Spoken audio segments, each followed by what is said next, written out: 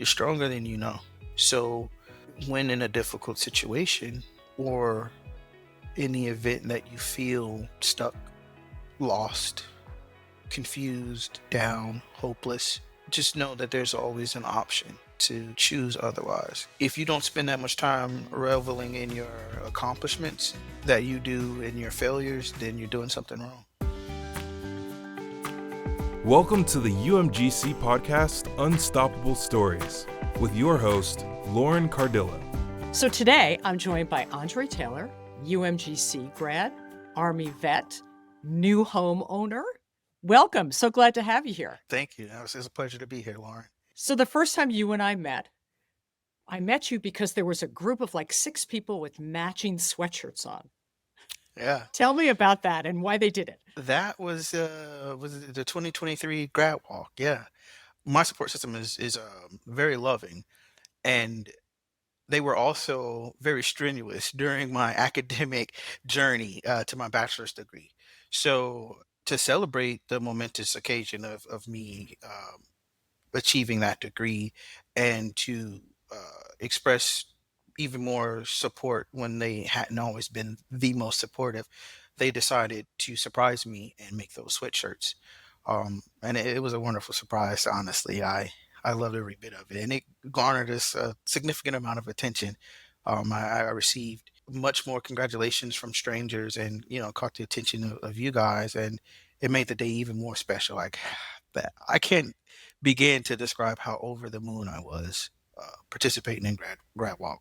So for people who weren't there, like what did the shirts say? Who was there? Okay, so my mother, my sister, my girlfriend at the time, her father, her mother, and her grandmother all came out to support me because, as I mentioned, uh, during my educational journey, they were all pretty demanding of my time, every last one of those people that I named. And so on the sweatshirt, it said, "It's Dre Day," and then it said UMGC grad, and then it had the year, which was 2023. So, and they were bright red. And she actually, my girlfriend at the time, she designed the sweaters and she used UMGC's colors. So that was even more special. Was that a surprise? Yeah. Did they all show up? Yeah. So she drove me to grad walk. She insisted, and so we were parking, and I got out of the vehicle. I turn around, and my mom and my sister are standing there. So I'm already in shock because I'm like, "What are you doing here?" My older sister, and then I look at their sweatshirts, and I'm like, "Oh, wow." And then I turned back around because I told you my girlfriend at the time, she drove me. She had one on too, but she didn't have one on while we were driving. So I was just in shock. And as we're walking in, I'm like, okay, this is cool. Like, my sister's here. What a nice surprise. She must have flew in, and I don't know where she stayed, maybe in a hotel or something, because this is news. We're walking up, and her parents joined us. And her father does not like to dress like anyone else. He doesn't like to wear the same clothes as anyone else, and he had on a sweatshirt. And that's when I knew that day was gonna be special. I felt it in my bones. How important was education at that point in your life when you were a kid? As a kid, I would say that education always played a huge role in my life. Growing up one of 6 siblings and a middle child, you often get the middle child syndrome where you're overlooked, or at least you feel so. So, I wasn't any more or less athletic than any of my siblings. We were all pretty athletic, but playing sports at a competitive level cost money. So I wondered, just from around me, what else I could do to not not necessarily further distinguish myself, but to make an impact in life and in my life. And I would say that moment came when I was about 8 or 9 years of age. My mother, she worked, and so sometimes my grandmother would babysit us. And my grandmother was retired, but she picked up a second job. I'm not sure if it was out of boredom or necessity, that she would take us to work with her sometimes. So she worked cleaning offices, corporate offices, after 5, and so we would go there, and there'd be like candy dishes on the counter that, as a kid, you're interested in. And so she said the people who work there said we can have some. So that's great. And I asked, well, if they told you this, but nobody's here, where are the people who work here? You're at work, my mom's at work. And she said that these people work in corporate America. And she said the only certified way to get a job in corporate America is to go to school.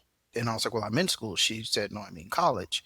And so from about 9 or 10 until I was about 11, I started to, or 12 rather, I started to look for avenues to get to college. I knew that you could go on an athletic scholarship, you could go on an academic scholarship, or you could join the military.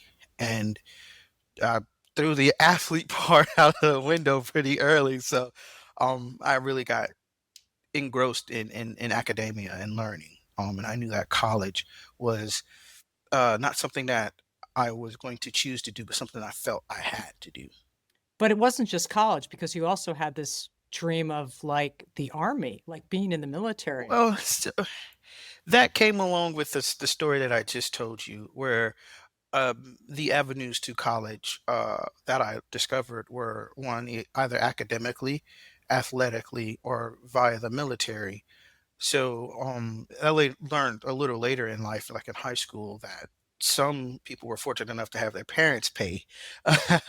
so um, so with those four mindsets, the military became an additional part of my collegiate journey. It was a way to ensure that school would be an affordable option for me that was also viable. But I remember you also saying to me that, you had a vision as a little kid that you wanted to be a hero, Oh, like an American. So tell that. me about that. So actually, I was a lot older than I was working full time while I was in high school. I worked 40 hours a week, and it was during the time when things were really ramping up in Iraq and Afghanistan for the United States. So we have recruiters everywhere. And they would come to my job for lunch from my high school because it was nearby. So one day during my senior year at the lunch rush, I ended up serving the four different recruiters there. There was a Marine recruiter, an Army recruiter, an Air Force recruiter, and a Navy recruiter. And they're talking to me and they're just getting to know me and things like that. And they asked if I had any interest in joining the military. And I said, yeah, I'm going to join the Army. And they're like, "Oh my god, why would you do that? Like, the army? Are you sure?" And I had taken the ASVAB at this time, so they were pretty impressed by my scores and things like that. And I said, "Yeah, yeah, I'm gonna join the army because I wanted to be an American hero." And that's where that story came from. And I always feel bad about it because it kind of signified that I didn't see, airmen or sailors as heroes, and I, I never meant it like that. It's just that the parades and things that I saw, they were always celebratory of the Marines and soldiers, and I just wanted to be a part of that legacy. So American hero to you meant what then? Like, what was your definition? A service to my country in a potentially dangerous situation that if you survive, by the grace of the powers that be, whoever it is that you believe in, I believe in God. That if you survive, the things that you will learn from that aren't something you can discover in a book. So, and the ability to impart that wisdom onto others is a gift unto itself. And so that's what I understood a hero to be: someone who would make a sacrifice knowingly, um, and potentially lose all that mattered to them for the sake of those next to them, behind them, and in front of them. That's like really profound. I don't mean that in a laughable way, but I mean, Yeah. that's a really deep look at what. To think that at 17, you're right. I was only 17 years of age, so uh, I mean, it's just what I saw and what I felt and what I believed from experiences. At 12, I was in the Civil Air Patrol, which is it's like the JROTC, but it's for the Air Force. And I could have very well joined the Air Force. I came in with a little bit of rank or responsibility, and I don't know, I just never felt that connection. And again, and it's not to say that our airmen or and sailors aren't, but uh, anybody who wants to join a branch of the U.S. military, I power to them. And I just hope they understand the weight and the gravity that it means, regardless of which uniform they wear. I just have to jump back for a second. You worked a 40-hour job while in Uh, high school? yes. What were you doing? So I worked at Arby's and I was a shift leader. Yeah, I love that place. I started there when I was old enough to work in South Carolina. I believe the age was 15 is how old you can be to work. And so I worked there for 2 years and I worked my behind off in school as well. So in my senior year, I only needed 4 classes to graduate. And that was for the entire school year. And then they said that I couldn't graduate in the winter for some reason. Like it was just like something I wasn't allowed to do. So I had to stretch those 4 classes out over the school year. So it would take 2 classes one semester and 2 classes another semester. Um, and it just left the afternoon open. So I went to work. So go fast forward then. You joined the Army? Yes. Yes, I did. Okay. And what was that like? Did it sort of fit into what you had imagined? Um, would I say it was what I imagined, or was it everything I imagined and more? It was an experience. I like to wrap up my experience about the military or the army rather with this one saying: if I had to do it all over again, I would. And I don't know if that surmises or answers the question as thoroughly as it could, but I hope it gives way to like just the experience, the momentous occasion. I do, however, have a note that I probably would have joined the Air Force knowing what I know now. so, so so those Air Force veterans and retirees, I get it, and current service members, but um yeah, actually it was. I chose the job that I wanted to do. I knew where I wanted to go after the military. I knew what I wanted to learn. And I was fortunate for to have a career that was going to pay me to learn how to do what I wanted to do. So I took all of those things not as liberties, but as stepping stones, you know? I mean, here's an organization or company. You can look at the Army however you want to. It's a section of the US government, but here's an organization that says, I think the slogan at the time was "Be all you can be." I now I might be aging myself, but but but it be all you can be. And I wanted to, and I researched, and it's in the early days of the internet, so things weren't how they are now. There was no, well, was Google a thing? I think it was, yeah. I think it was. Um, but I looked up the jobs and I chose a career that I wanted to do, which at the time it's a 25 Bravo. It was an information systems operator analyst. And so you listen to that title and it sounds so long, but it was because you did everything. I did a little bit of computer analytics and like the cybersecurity analyst types of things. I ran a help desk. I did a lot of network administration and network engineering, and this was all at the behest of the Army. They paid for me to get certifications.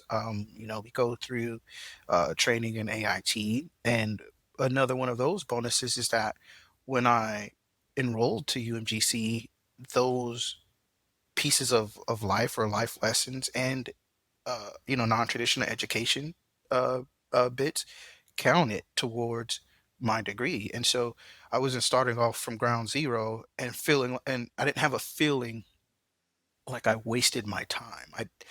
I didn't feel like I'm so much further behind another college freshman because my actual real life experience mattered to UMGC, and they evaluated that and gave me college credit. So that much I appreciated. Yeah, you were being rewarded for what you had already done, Yeah. you know. So where did you find UMGC? People sometimes have funny stories about, I was standing like on an airfield, but I'm like, it's it's honestly kind of like that. I was stationed at Kandahar Air Force Base out in Kandahar, Afghanistan, in Kandahar province of Afghanistan, excuse me. And I just got back from a mission, I don't know, maybe like the day before, and I was just walking down the street to go get some chow. And there was a lady standing outside, and she was just standing out in the heat. I'm like, "What is this lady doing?" And, I usually like, don't make eye contact with them. Whatever they're selling, you don't want." And so, um, I think I heard her say something about college, or she might have mentioned at the time it was, University of Maryland, University College, I think UMUC. Yeah, and she said college, and I was like, well, tuition's assistance and this, that, and the third, and just caught my ear, and I stopped, and we just had a very pleasant conversation. And she asked, was I currently enrolled? Had I considered it? And I was like, yeah, it's just really hard to manage college out here in the middle of a combat zone.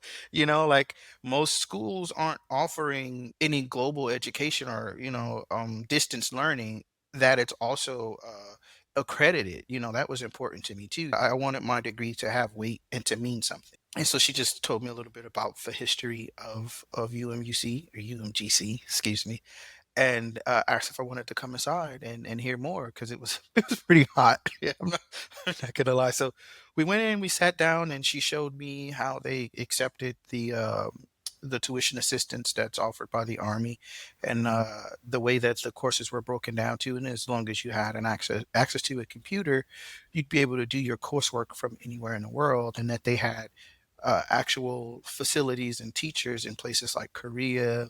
And obviously she was out there in Afghanistan, so that was another proof point that I was just amazed and in awe by. And so I walked out of that room feeling like this was my chance. This was my moment to earn my degree in a way that made me feel accomplished. That I didn't have some piece of paper that I felt like I paid for. Another thing that I learned from her in my experience is that my teachers were reachable, and they were an actual resource, and they were human people like myself that you could converse with and uh, have discussion with. And it was so similar to an actual brick and mortar college experience that I I don't know. I just always wonder what would happen if I walked down that same street and really did try not to engage with her. I'm just grateful that uh like I said, that opportunity came. Well, what is it? It was that saying about opportunity is when luck and preparation meet. Yeah. Um so I don't know, I was just lucky, very fortunate.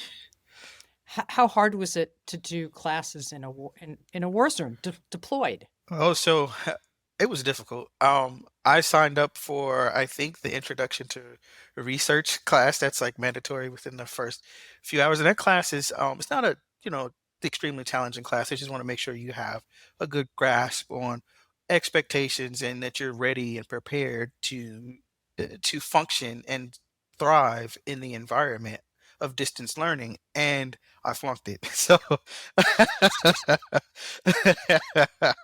unfortunately, and it wasn't that my professor wasn't understanding. I just had poor time management. You know, uh, Sometimes the internet would go out, or you're on a mission and things like that. But these types of things can be conveyed to you, and it's stated in the syllabus.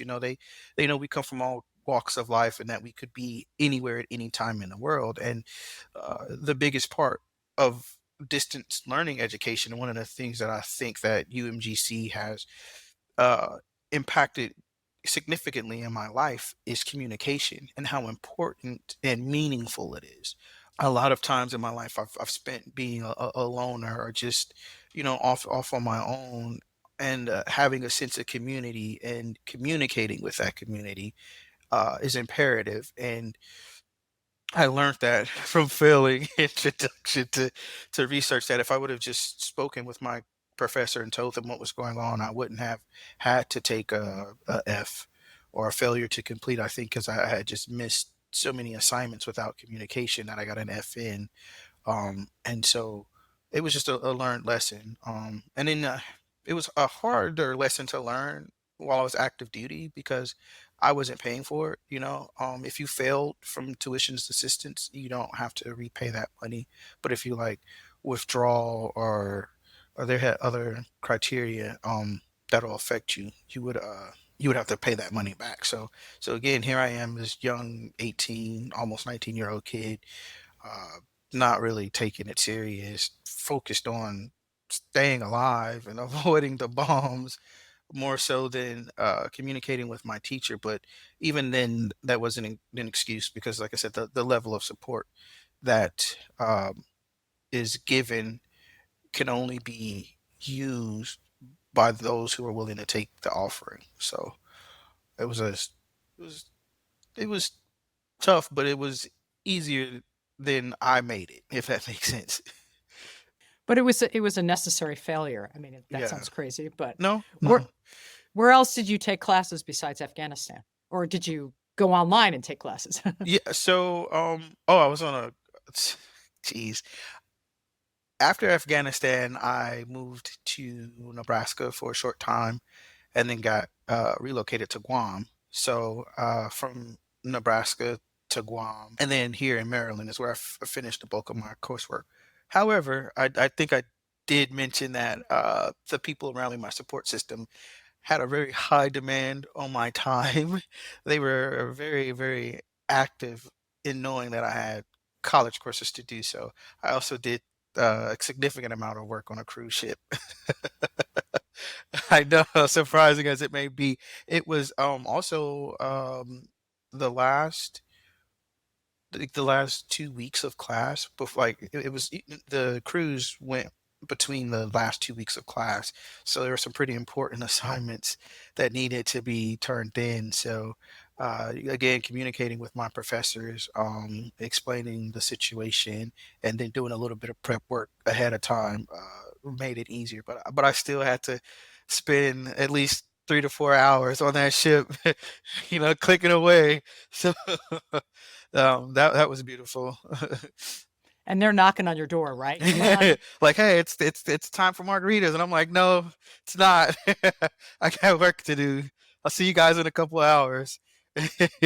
But you also had some things to overcome. I mean, remember you telling me, like, you found out you were a diabetic, right? Yes. Yeah. And then you also were, yeah, what's the word? Diagnosed with, like, PTSD Yes. at one point. Yes. So how did that all figure in, and how did those things make you feel? I mean, those could be very, um, negative impact on you, and not make you wanna go, like, pursue this. The way that I found out that I had diabetes is I got sick, um, and I was sick for 3 months maybe, um, and I just I felt defeated. I didn't have the strength to get up in the morning, let alone do my schoolwork. And I barely, and I was going into work daily at that time. I wasn't in a hybrid or a remote role. So I was traveling about 45 minutes. It was actually an hour and a half when traffic was bad. I would double the commute time daily. That's one way. So it's an hour and a half down, an hour and a half back, sick, not knowing why uh, I felt the way that I felt, and then on top of that, having to do or having the desire to do school because I had come so far, but not having the energy or the mental capacity at the time to do it. The sicker I got, the harder it was to participate in class, and I want to say 2 weeks before I was hospitalized, I wanted to quit. I was done. I was a year and a half away from completing all of the requirements that I needed for my bachelor's degree, and I felt awful. And like you mentioned, having PTSD, uh, it comes with some people who have depression and anxiety, and so I just felt, I wouldn't say like a loser, but more like a lost cause. Like it was insurmountable. That there was nothing I could do to overcome the situation. And I was in project management at the time. She reached out, and she was just like, "Hey, like you missed an assignment last week. Like you haven't missed anything this entire time. Like what's going on?" And I took that as a sign, and so did my girlfriend at the time. I ended up going to urgent care, and that's when I found out that I was diabetic. I got hospitalized for a week and a half, and I orated some emails from my girlfriend to send out to my professors, and they were super understanding, and I was able to finish those assignments. And uh, going to the hospital obviously alleviated all of the symptoms that I had. So now I'm on the sunny side of things, and I felt like I had so much to look forward to, and I was even more determined at that point to finish. Mentally, I feel resilient because I could have stopped, you know. Um, and that one professor, she just reached out, and it stirred something in me. Yeah, I'd come this far, and I caught myself saying, "This too shall pass." Like whatever I'm feeling, whatever I'm going through, it will end. Um, and it's up to me as to how that end will come, with the degree in my hand or with nothing to show for all of the work. If there was a lesson in there, someone else hearing this story, what would it be? What would you tell them? Aside from reiterating that this too shall pass, is that you're stronger than you know. We aren't made of the things that we don't have. We are made of the choices that we are faced with. So when in a difficult situation, or in the event that you feel stuck, lost, confused, down, hopeless, just know that there's always an option to choose otherwise, because this too shall pass. That's the only lesson I think I can give, is to not dwell in the dark moments longer than you would in those bright ones. If you if you don't spend that much time reveling in your accomplishments that you do in your failures, then you're doing something wrong. You end up then with, was it a double major, a couple certificates? I mean, you totally nailed it. Yeah, So, I mean, how did that make you feel after everything? I feel like a standout.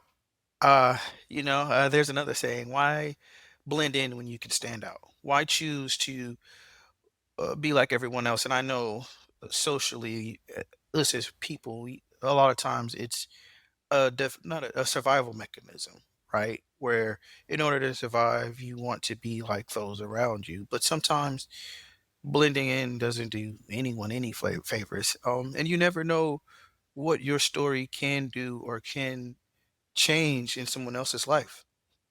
And so trying to blend in and or mask that uh can can possibly dim someone else's light and not just yours. So uh looking into UMGC's programs, I realized that, hey, if I did this additional coursework in lieu with the stuff that I've already done, I could actually accomplish having completed two different majors. And so I talked to my advisor about it, and she was just like, "Yeah, sure." And then I didn't intend on the certificate, but I actually inadvertently, I think out of the 12 courses that you needed for the certificate, I had completed 11.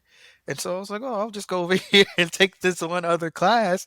And so and it was just more so of putting in putting in the work. Like I was very selective about the coursework that I did do, because in college you get options. There's some pieces that are just like one set path, where the major has a capstone or a specific requirement, and then there are other ones that are kind of not necessarily electively, but you can choose between ethical hacking or enterprise management, right? In a STEM major. And a lot of the things that interested me also aligned with the certificate, but it wasn't just like, oh, I went to go be an information systems major and information systems management major, and I got a certificate. Like, no, I had to take some extra steps and do a little bit of extra work to accomplish it, and it was worth it to me.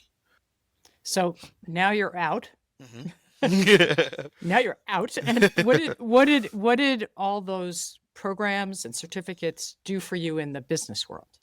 What Oh was your man. next path? So, uh, while I was at UMGC, I think my job title was, it was the information technology something of another. And once I graduated, I actually got a job offer as a network engineer. So having that certificate and having my bachelor's degree actually got me into the a level of IT that I was passionate about, right? So a lot of people get into the technology field and they don't really know what they want to do, or they go to college and say, I want to be a STEM major, which we know stands for science, technology, engineering, and math. Two of the things that I'm very passionate about are engineering and math. And I never realized how in line or necessary a college degree was to be an engineer. And I just feel accomplished, honestly, like just professionally, personally, specifically professionally. Being able to be a network engineer now is almost a dream come true. There's other facets of engineering, especially in the technology realm, that I'm interested in. And in that note, I'm actually going to go back to UMGC for my master's. Uh, so I was looking somewhere between cybersecurity and systems engineering, and I'm leaning much more to master's in systems engineering. And I'm just excited about the opportunity to learn more, to graduate, and see what comes next. Because after earning my bachelor's degree and becoming a network engineer, I'm just like, oh man, the sky's the limit. Anything's possible. Do you have a dream job? The one like in 5 years you go, that's where I want to be? Yeah, I used to have a dream job, and I wonder if it's so much more of my dream now or just something that I desire. But I used to want to be a C-suite executive, specifically a CEO or a CIO, and I've learned that I have more interest in being a chief information officer than a chief executive one.